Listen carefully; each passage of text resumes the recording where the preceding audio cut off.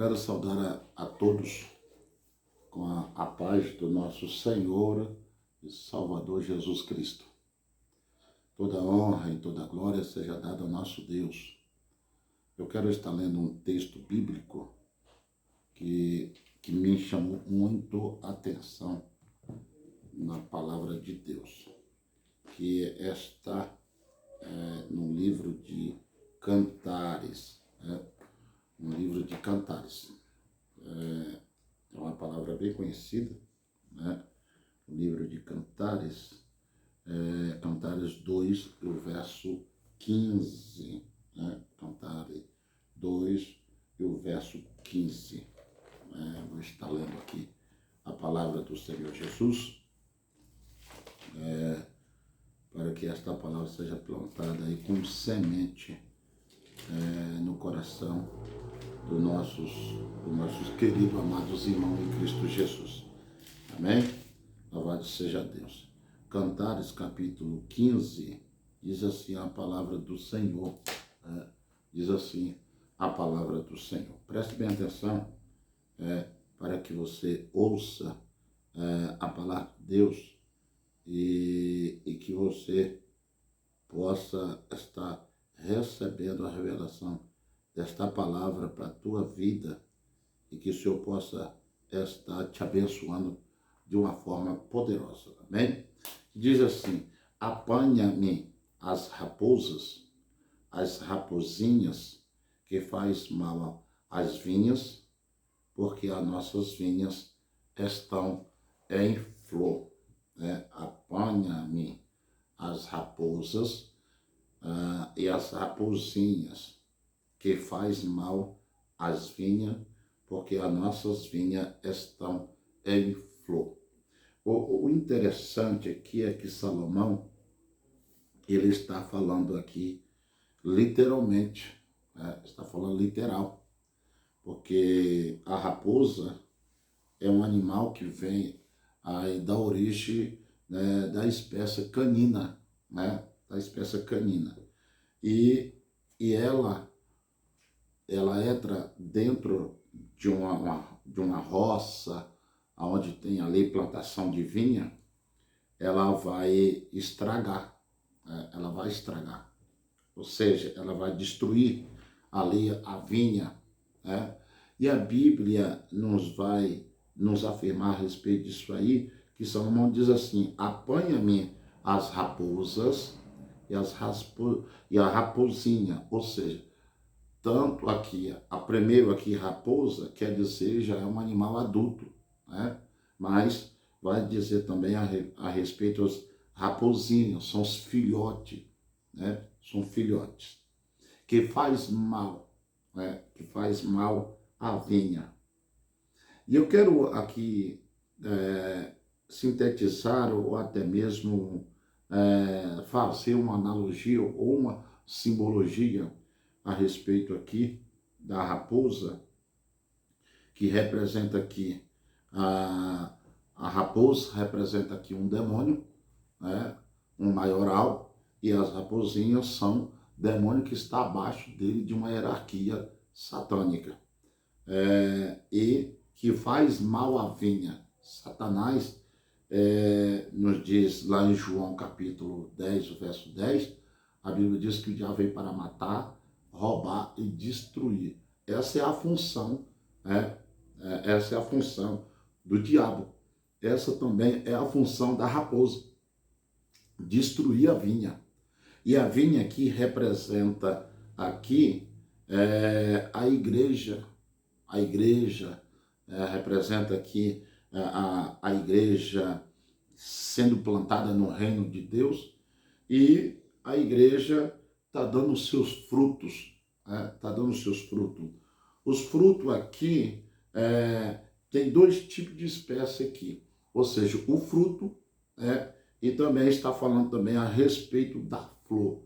A flor aqui, nós vamos entender que a vinha, ela floresce, isso significa que ela está no estágio de produção, ela está no estágio de produção, ela está no estágio de crescimento, E quando a gente observa aqui, a vinha representa a igreja.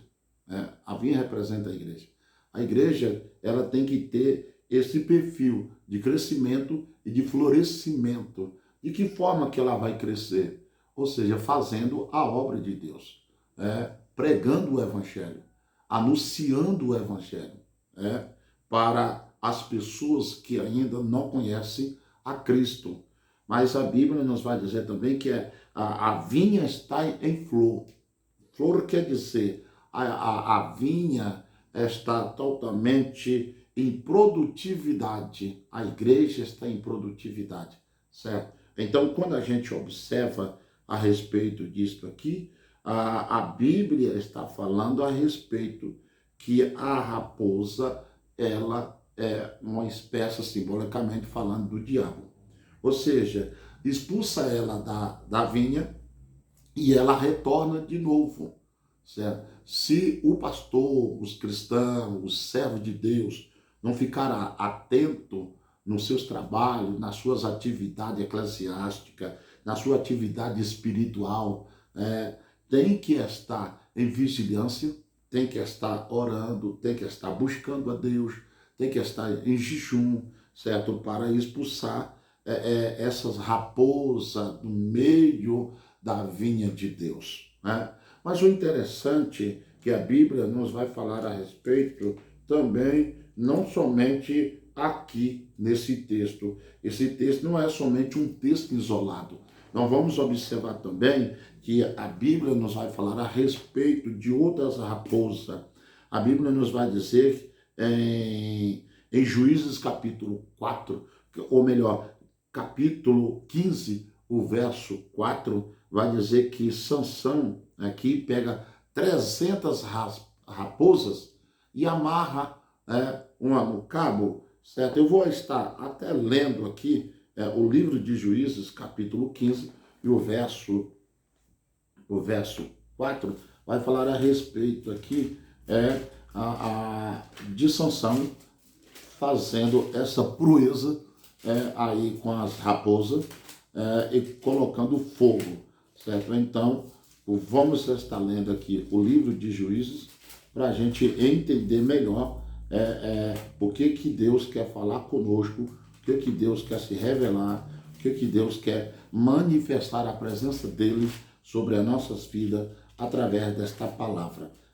Então, observe bem aí, fique em atento o que Deus quer falar conosco. Juízes capítulo 15, o verso 4, diz assim: E foi Sansão e tomou 300 raposas, e tomando tições, e as virou caudas a caudas, e lhe pôs um tição no meio de cada duas caudas. E chegou o fogo aos tições, largou-as na seara dos filisteus. Ou seja, olha o que Sansão fez. A Bíblia nos vai dizer que Sansão pega 300 raposas e ele vai amarrar os rabos dela, a cauda dela, uma com a outra, certo? E no meio da cauda ele vai colocar um tição aceso, certo? E ali ele vai soltar essas raposas aonde? No arraial dos filisteus. Deus vai usar Sansão dentro dessa estratégia para colocar fogo ali na seara dos filisteus e assim embrasou os molhos com a cega do trigo, certo? E a vinha como os olivais. Então, observe que o texto lá que nós estamos falando, certo? Dá em consonância com o texto que a gente está falando, certo? Então, ou seja, o que nós precisamos como homem de Deus? Homem de Deus precisa estar em atento. Que tipo de raposa que muitas vezes se aproxima do teu ministério, se aproxima da igreja, se aproxima dos cristãos. Os cristãos precisam estar vigiando, os cristãos precisam estar em observação, certo? Para que muitas vezes, dentro da igreja, se nós não vigiarmos, a raposa entra dentro da igreja, destrói aí né, destrói o grupo de irmãs, destrói o grupo de mocidade, grupo de adolescente, grupo de varão, os obreiros, a igreja em modo geral. Ou seja, porque essas raposas começam a entrar dentro da igreja, certo? E sutilmente, com as suas contendas, com as suas desavenças, certo? Com as suas brigas internas, certo? E começa a colocar um contra o outro, certo? Porque quando você expulsa ela, ela volta de novo, tá entendendo? Então é uma espécie de um demônio que entra dentro da igreja para poder destruir a igreja, né? Então, tanto o líder, o pastor, seja o apóstolo, seja o pastor, seja o presbítero, evangelista, diácono, cooperadores, crentes, em modo geral, tem que estar em vigilância. Porque você não sabe qual o momento que essa raposa vai entrar. Às vezes essa raposa ataca o teu casamento. Às vezes essa raposa ataca na área psicológica, né? Na área sentimental, certo? Às vezes essa raposa quer colocar alguma raposa fêmea do lado do teu marido, às vezes quer colocar uma raposa macho ao lado da tua esposa, tá entendendo? Para querer seduzir, para poder trazer palavras bonitas, palavras sedutoras, tá entendendo? Então você toma cuidado, certo? Com esse tipo de raposa que está entrando dentro da tua casa, entrando no teu lar, entrando na tua igreja, entrando no meio dos obreiros, entrando no grupo das irmãs, entrando no grupo da mocidade, entrando no grupo das crianças, entrando na igreja em modo geral. Vigia. Então, pastor, como que a gente podemos expulsar essas raposas de dentro da nossa igreja? Colocando fogo. E o fogo aqui representa a presença do Espírito Santo. O que vai queimar aqui a eira de Satanás, que os filisteus representam um exército de demônio contra a igreja, que luta contra a igreja, que observe que o exército filisteu sempre batia de testa com o povo de Israel, certo? Sempre, sempre, certo? Nós vamos ver Davi lutando com os filisteus, a gente vai ver o povo, Josué lutando contra os seus inimigos, e nós precisamos estar atentos também. Hoje, Paulo vai dizer assim, que a nossa luta não é contra a carne, contra o sangue, mas é contra os principados, contra os demônios, certo? Então são raposas invisíveis que a gente não consegue enxergar, que a gente não consegue visualizar carnalmente, mas a gente consegue visualizar essas raposas invadindo o campo, invadindo o recinto que não era para entrar, e muitas vezes entra por falta de vigilância. Então, quando a gente observa o texto aqui, certo? Sansão vai colocar fogo. Pastor, o fogo representa a oração, representa jejum, representa o Espírito Santo. Nós precisamos estar orando, nós precisamos estar jejuando, nós precisamos estar orando constantemente, como o apóstolo Paulo falou. Orar sem cessar, como está lá em 1 Tessalonicenses, capítulo 5, certo? Ou seja, nós precisamos estar orando, precisamos estar buscando a presença do Senhor, ok? Então, esse é o primeiro fato. O segundo fato, irmão, é o que está, Primeiro, a gente tem primeiro ponto, a gente tem que saber que tipo de raposa que está entrando. Então, são dois tipos de raposa. Primeiro, adultas, certo? São animais já formados, certo? Que é a raposa adulta e as filhotes das raposas. Então, ou seja, são demônios maioral e são também demônios que estão abaixo dos maioral. Ou seja, são demônios que dão ordem, certo? Para os demônios que estão abaixo dele, certo? Para destruir. Ou seja, a raposa, ela não ataca, ela coloca e dá comando para os demais, para os outros filhotes, destruir as vinhas, porque está em produção, produtividade, certo? Você vê que quando a igreja está em comunhão, está orando, está buscando, está servindo a Deus, então está em comunhão, produtividade. Mas quando a igreja começa a produzir, certo? Ela passa a ser alvo, certo? Ela passa a ser alvo. Então, este alvo é que aonde a gente precisa estar vigilante, orando, para que Deus nos mostre quem são as raposas que está entrando dentro da igreja. Segundo, a Bíblia diz que no capítulo 4 e o verso 3 de Neemias, a Bíblia diz que Neemias está construindo o muro. Certo? Pastor, que muro é esse? O muro de Jerusalém, certo? Porque o muro estava fendido, outra parte estava caída, certo? E então dava acesso aos inimigos entrar, certo? Dava acesso os inimigos entrar e atacar o povo de Israel. Então, Neemias vai colocar no teu coração e ele vai agora levantar os muros. E quando ele está levantando os muros, preste bem atenção, tem muitos cristãos, servo de Deus, obediente à palavra de Deus, a palavra do seu pastor, a palavra do seu líder, certo? A Bíblia nos diz que esses líderes que vão levantar os muros do crescimento da igreja, da proteção da igreja, certo? Então vai ter outros que vai levantar, certo? Vai levantar Sabalaque, Tobias, Gesem, certo? Vai se levantar contra Neemias e vai dizer que mesmo que toda aquela construção, que se passar uma raposa, o vento da velocidade que a raposa passar, vai derrubar o muro, certo? Percebeu aí as afrontas de Satanás? Que vai te criticar, vai te apontar e vai dizer o que você está construindo, se passar um vento vai destruir.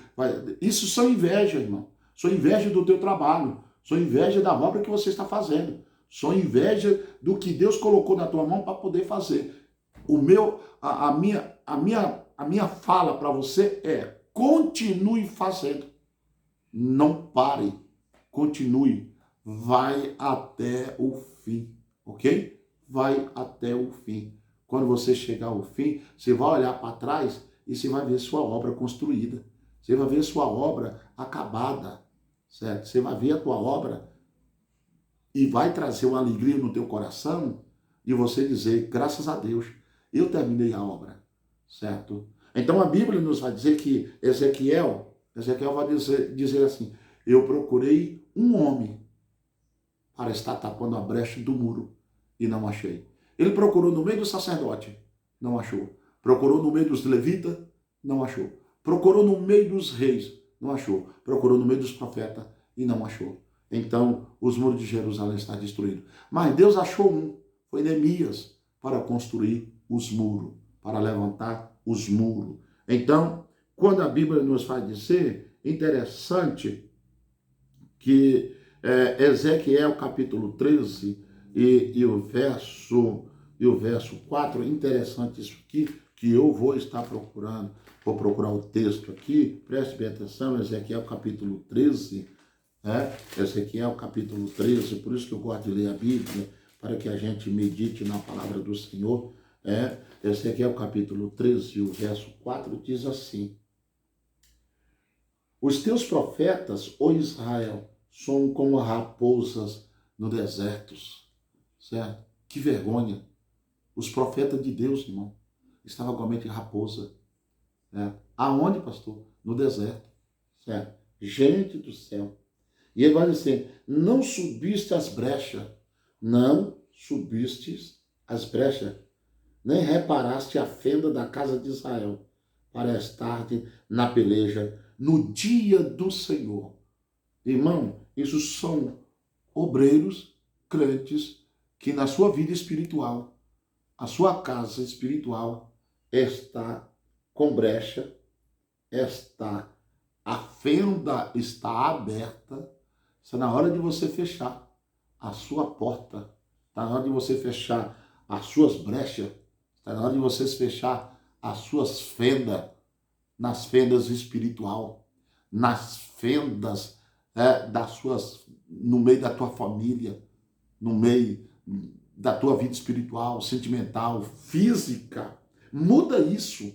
Pelo amor de Deus, muda esta situação que está acontecendo na tua vida. Muda para melhor e não para pior. Porque Deus está procurando e Deus não achou. Será que você é digno? Deus te procurar e não achar em você, não achar nada em você? Não achar amor? Não achar misericórdia, bondade, fidelidade, fé, mansidão, temperança, que são os frutos do Espírito, e não achar, você é o profeta de Deus, você é uma profetisa de Deus, e os teus profetas, ó Israel, são como uma raposa no deserto, irmão, que anda batendo cabeça para cima e para baixo. É isso que a raposa faz. A raposa só anda, vive para cima e para baixo, procurando alguma coisa podre, né, para poder se alimentar. Então, olha o que não subiste as brechas. Para de lamentar, para de ficar murmurando. Feche as brechas da tua boca, da tua vida espiritual, crente. Pelo amor de Deus. E nem reparaste as fendas. A tua vida está toda destruída e você não repara. Olha para você como é que está acontecendo. Tua vida está toda destruída. Tua vida está toda desfacelada. Olha para o que está acontecendo na tua vida. Olha e veja o que Deus quer fazer na tua vida. Aleluia! Louvado seja Deus. Olha o que diz a palavra. Mateus 8. Jesus vai dizer assim, as raposas têm covis e as aves têm os seus ninhos, mas o Filho do Homem não tem aonde colocar a cabeça. Jesus não está preocupado. Jesus está dizendo que a raposa tem o seu covil. Covil é um buraco que é onde ela entra para esconder os seus filhotes, certo? As aves têm os seus ninhos, certo? Para onde ela vai pernoitar, dormir ou até mesmo pôr os seus ovos ali. Mas Jesus está dizendo, mas o Filho do Homem não tem aonde colocar a cabeça. O que Jesus está dizendo? Jesus está dizendo que no mundo terreno, Jesus não tinha lugar, porque ele veio para fazer a obra do Pai. Ele veio para poder pregar o Evangelho. Ele veio para anunciar o Evangelho. Ok? Mas ele está dizendo que a casa dele não é aqui. A casa dele é celestial. E eu quero dizer para você que a nossa casa não é aqui. Você você cristão, servo de Deus, que vive procurando prosperidade, procurando uma teologia da prosperidade, certo? Você está enganado. Você pode ter tua casa, você pode ter teu carro, você pode ter tudo isso. Mas a maior prosperidade e riqueza espiritual não é o que a gente ganha aqui. Porque Jesus vai dizer, para que adianta o homem ganhar o mundo inteiro e perder tua alma? O que adianta o homem juntar ouro, tesouro, e aonde a traça e o ferrugem corrói e come? Então nós precisamos guardar o nosso tesouro no céu. O nosso tesouro está lá. Jesus é o maior tesouro do cristão. Jesus é o maior tesouro que Deus nos deu para nós. Então, quando nós observamos isso aqui, Lucas vai dizer a mesma coisa. Lucas capítulo 9, o verso 58, Lucas vai dizer a mesma fala que Mateus falou.